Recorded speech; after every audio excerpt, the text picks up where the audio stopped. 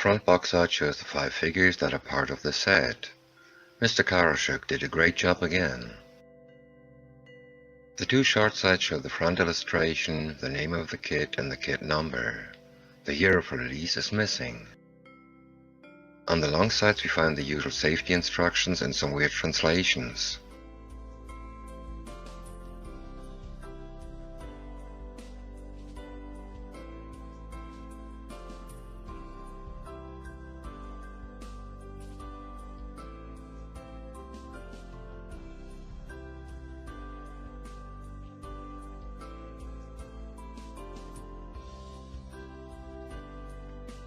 The set consists of only 1 sprue, but this sprue is packed with parts.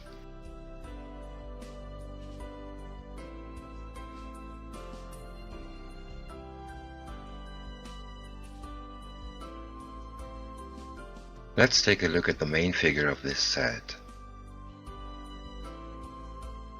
And the tree stump he's sitting on. I'll build a bench for the old man, but this stump looks quite nice. I'll find a use for it. Back to the figure. This is what I call a face. It even looks great without paint on, or maybe because of that. Shirt and jacket have nice folds. The pose is that of an old man whose back is bent after years of hard labor. Legs and boots are nicely done. We look for seam lines in a couple of seconds. Here we have the arms. I'll show them in detail now. A part of his right hand is missing. Here's the reason. Thumb and pipe are one piece that has to be glued to the hand. I hope the fit will be good enough to spare me from filling and sanding it a great deal. This would only end in damaging delicate parts like the pipe. His left arm. The walking cane has a sprue gate right in the middle, and that's something I don't really like. It'll be a test from my new sprue cutter. I'll remove as much of the seam line as possible while this part is still on the sprue. As usual, I turn the sprue over to take a closer look at the back side of the parts. I wanted to show you the seam lines on the farmer's head. They are quite pronounced, but sometimes it can be an advantage. You definitely won't overlook them. The seam lines come close to being flash, but as far as I can say from previous builds of MasterBox figures, they aren't too difficult to remove. Scratching and sanding off seam lines on legs, especially on sitting figures, isn't my favorite job, but it has to be done. I guess the result would be rewarding because these legs are nicely molded. The arms show clearly visible seam lines. Cleaning up the hands will be some work too. Don't get me wrong, I'm not complaining. These lines have to be somewhere. I just wanted to show you where they are.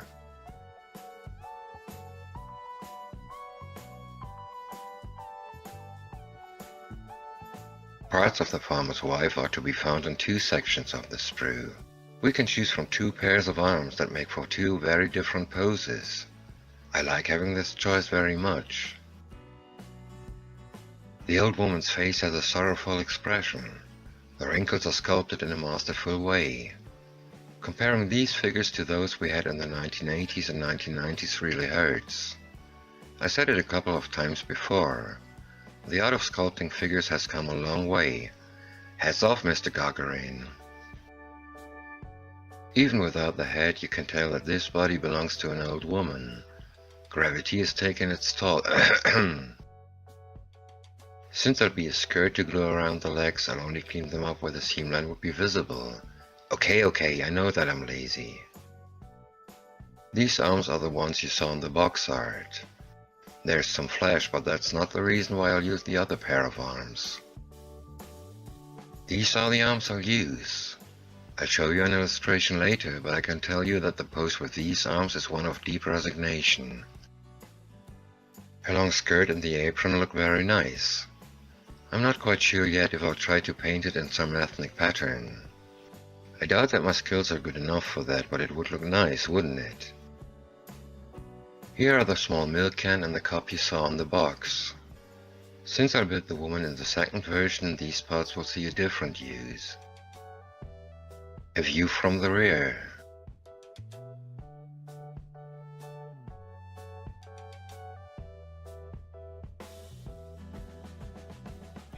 Here you can see that there's a bit of flesh to remove from a headscarf.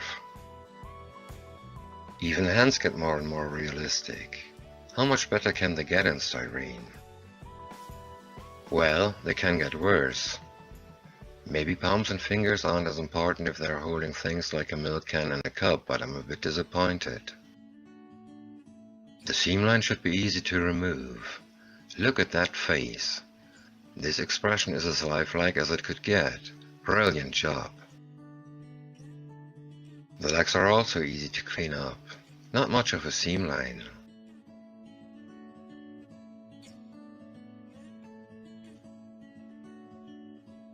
And the arms I'll use won't need too much cleaning up either. If the fit is as good as I hope, at least the first two figures will be a pleasure to build. The second pair of arms will go straight into the spare parts box.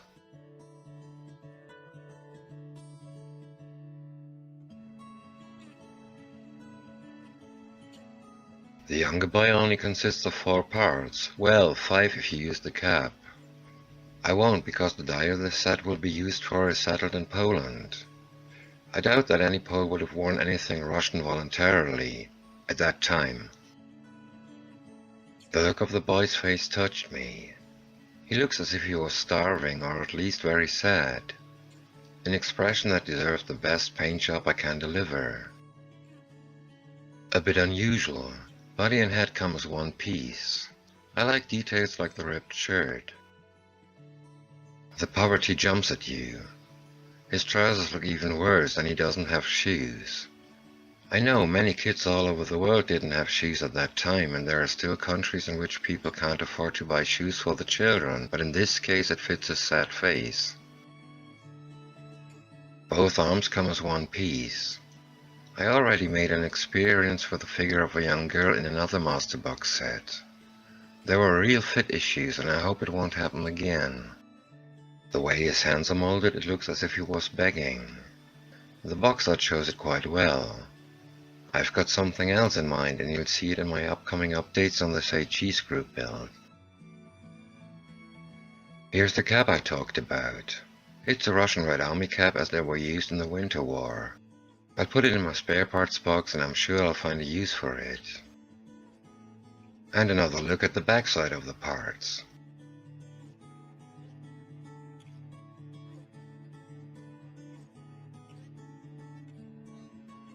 Here you can see that the boy is holding something tightly. It will be his cap if he's begging, and so the Russian cap doesn't make any sense at all.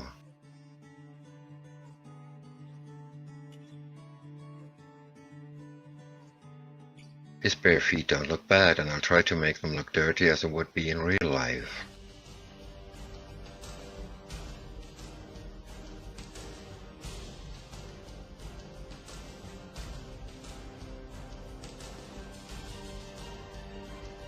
Now we come to the girl. I guess she's a farmer's granddaughter. I don't know what to think of her face. You'll see more pics soon.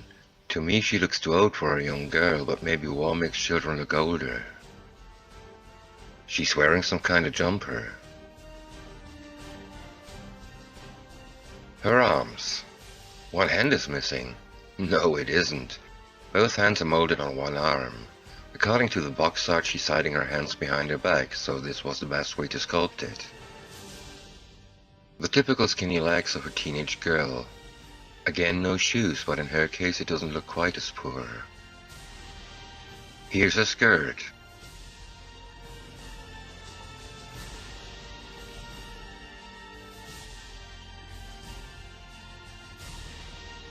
She's wearing a headscarf too, so I won't have to do the difficult job of painting female hair.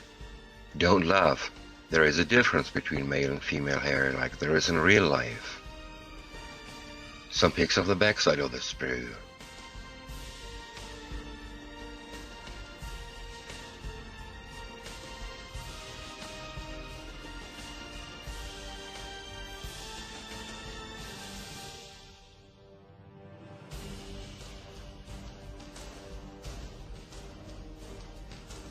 The promised pics of the girl's face. Especially the second one shows that she looks older than she is. She doesn't look very friendly, or maybe it's just the usual snotty expression of a girl at that age. I guess it's because of the young beggar. There are pronounced theme lines to remove.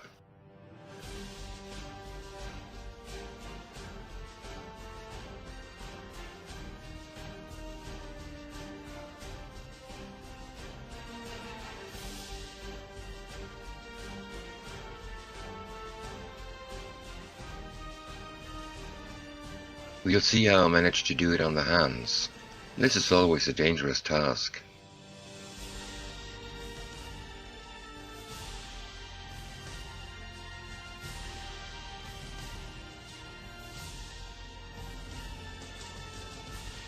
The teenage boy gives us the choice of using one of two heads.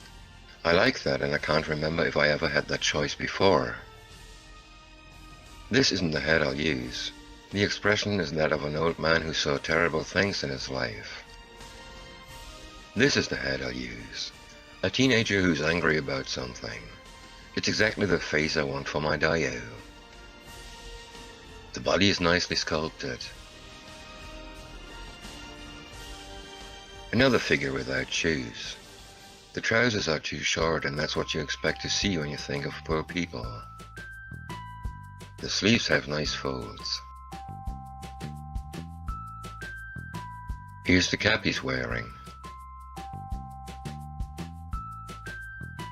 All parts seen from the backside.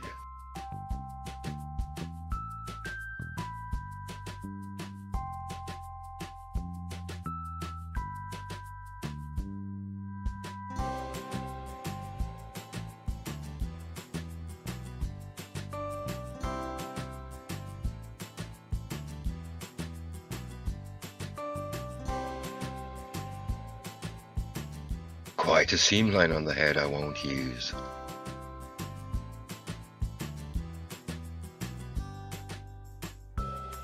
This head will be even more work. The most dangerous areas are the ears. You want to take extra care there. Cleaning up these parts will be some tedious work.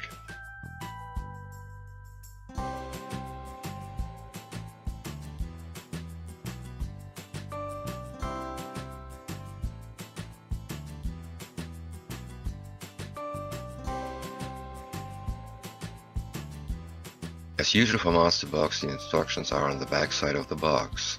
They are clear and easy to follow. Here I mark the choices I made for the two boys.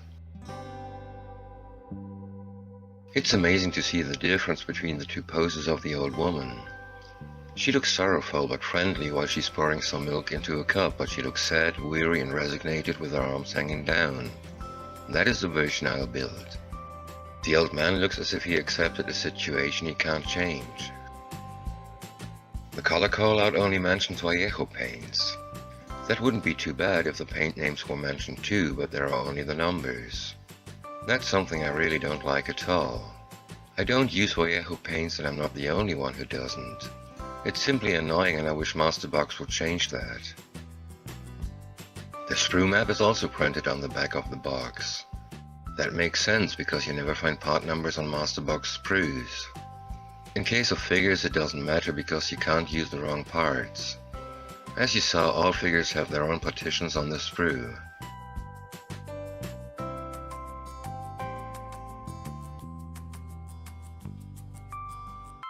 I don't know anything about the fit of the figures at that point.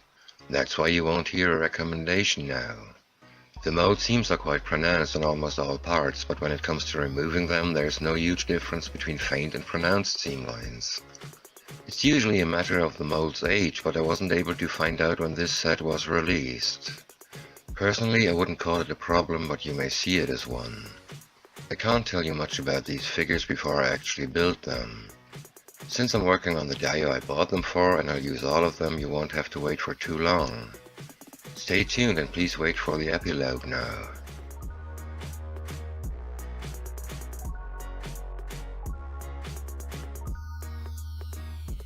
Maybe you won't believe it, but this is the first time I purchased Tamiya tape.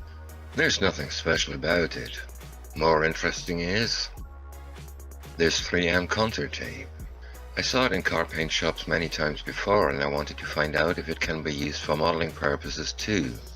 I ordered it a week ago. The tape is rather thin and can be bent around curves easily. All I need to find out now is if it pulls off paint when you remove it. And of course if the paint leaves a ridge at the edge of the tape. And if the tape leaves a residue. I'll tell you more about it after I have my results. That's it for now.